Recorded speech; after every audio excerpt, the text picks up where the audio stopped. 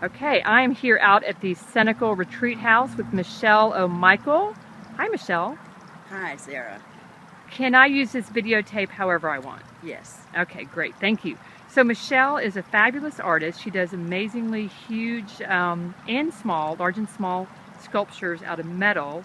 And I was sitting here talking with Michelle after a wonderful labyrinth walk, and I told her I was fascinated by her and decided that I wanted to know, first of all, how she ignites her life, and then a little bit more about her as an artist, her trajectory. So let's start, Michelle, with you telling me how you ignite your life. Well, art has always been a passion, so that's one of the ways. And then contact with people like you, people who I think are on a path that's positive for the human race and that we're all out here working together to make it a better place. How I got started with the sculpture, my father was an amateur painter and started us painting when we were in grade school, 6 years old.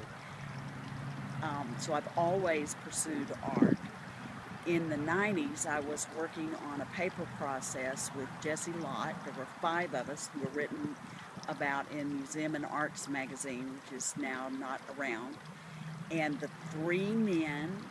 2 men were serious artists and the 3 women were not, and we were all doing the same thing. So I got a little puffed up and decided to explore different media, and I took a welding class and I just loved it.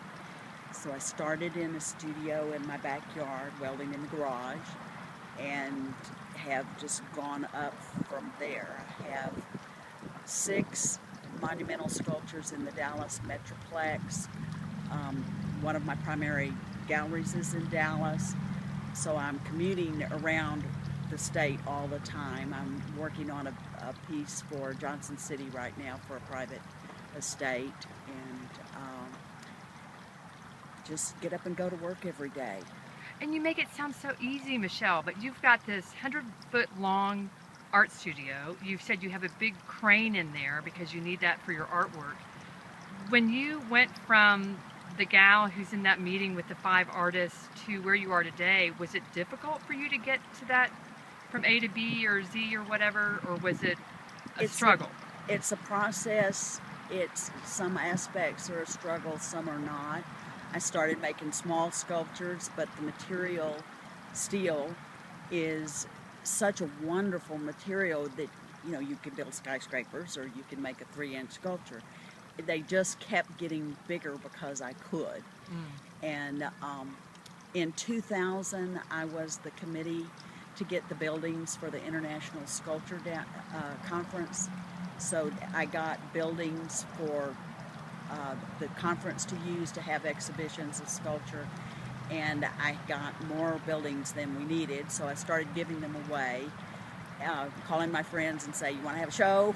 Here's what you do. And I was on the First City Tower Plaza. There was a 70-foot sculpture by John Henry.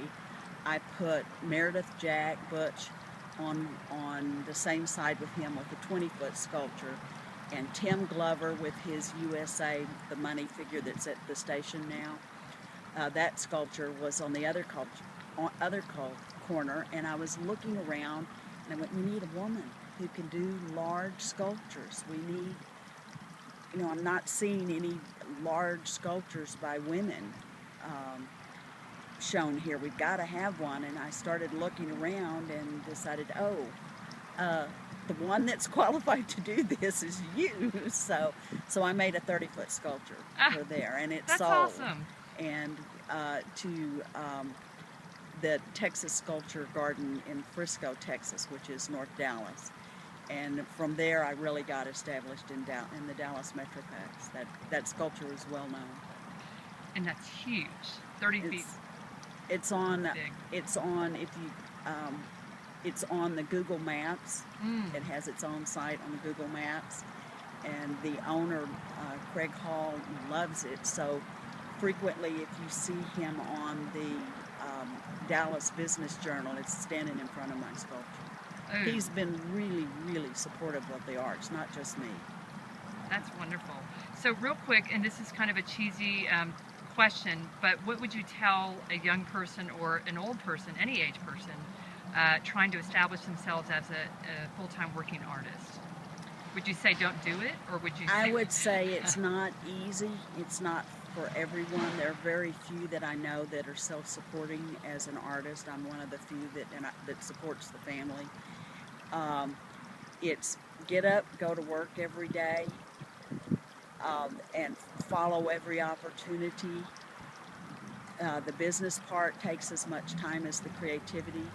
So if you're not willing to risk being poverty stricken and not being able to support yourself at different times, then it's maybe something that's a little bit more risky than you should explore. Yeah.